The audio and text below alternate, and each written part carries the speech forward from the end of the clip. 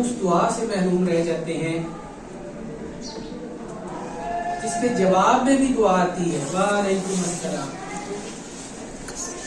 آپ پر بھی سلامتی ہو، اور اگر ہم اسے مزید کہیں تو اللہ کی رحمتیں بھی نازل ہوں۔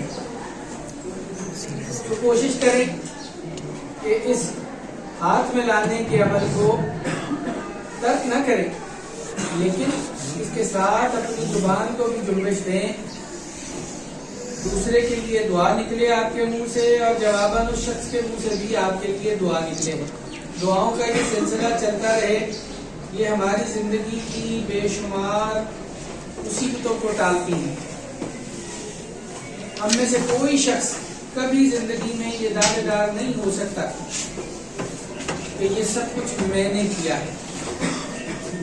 اس میں کے پیچھے بے شمار کاوشیں، دعائیں شامل ہیں۔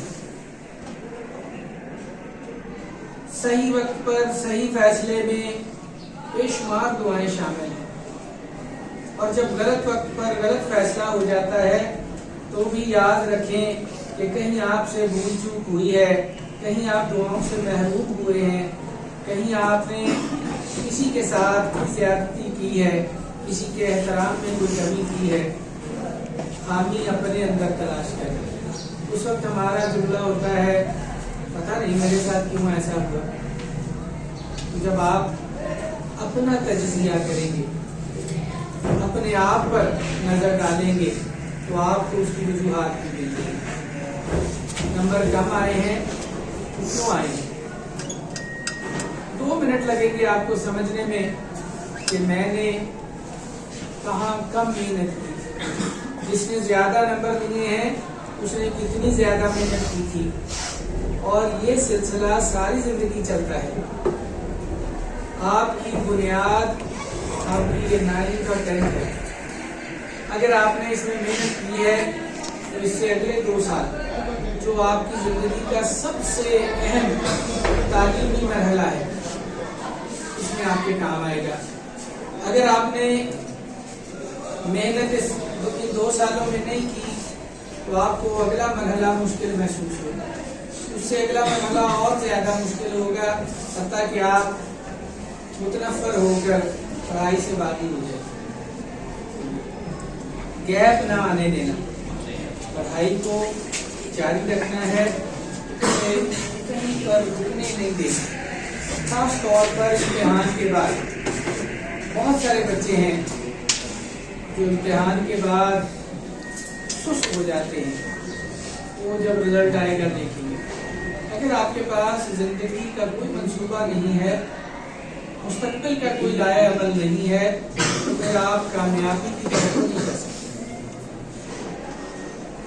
آپ کے پاس آنے والے وقت کا ایک پلان ہونا چاہیے، مجھے کیا کرنا ہے، اور پھر سوچیں کہ اس چیز کے حصول کے لیے کتنی محنت درکار ہے۔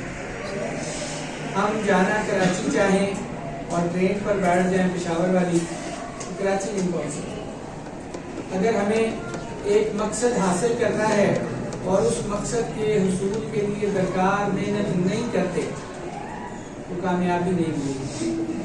آج صورتحال یہ ہے کہ کسی بھی شعبے میں چلے جائیں، چپراسی کی نوکری کے لیے BA پاس وافر ملتے ہیں، جس کے لیے بنیادی تعلیمی قابلیت نہ پڑے،